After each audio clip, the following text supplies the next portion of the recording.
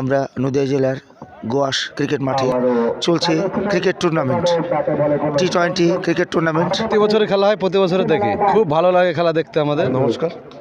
আমাদের এই যে টুর্নামেন্টটা আমরা বিগত 9 বছর ধরে চলছে, এবছর 9 বছরে পদার্পণ করেছে।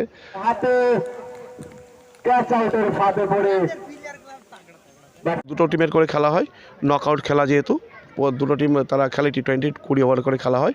একটা টিম জেতে তারা কোয়ার্টার ফাইনালে যায়, কোয়ার্টার ফাইনাল থেকে সেমিফাইনাল এবং ফাইনালে। এবার দীর্ঘ প্রসেস, 1 মাস ধরে প্রায় খেলাটি চলে।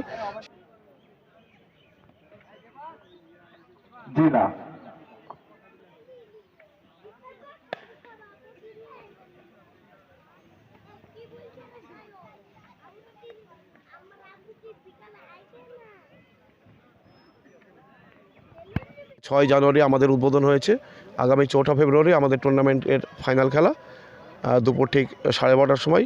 রহমতপুর গ্রাম পঞ্চায়েতের প্রধান শম্পা বিশ্বাস মহাশয়াকে আমরা তার মুখ থেকে জেনে নেব আজকের খেলা সম্পর্কে।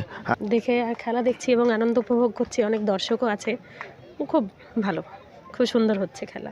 ক্রিকেটারের কাছ থেকে জেনে নেব তার অভিমত, তিনি কেমন অনুভব করছেন আজকে খেলতে এসে। হ্যাঁ বলুন। এখানে আমরা প্রত্যেক বছরই খেলতে আসি, গত বছর তার আগের বছর রানার্স হয়েছে ডোমকল সেবা সংঘ ক্লাব, এবারও এসছি আমরা।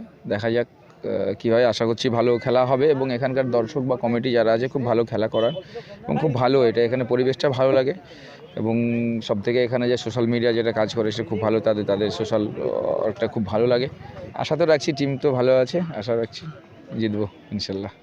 যেখানে থাকো, মঞ্চে থাকো, নিচে থাকো, যার যেখানে দায়িত্ব সে সেখানে চলে যাবে।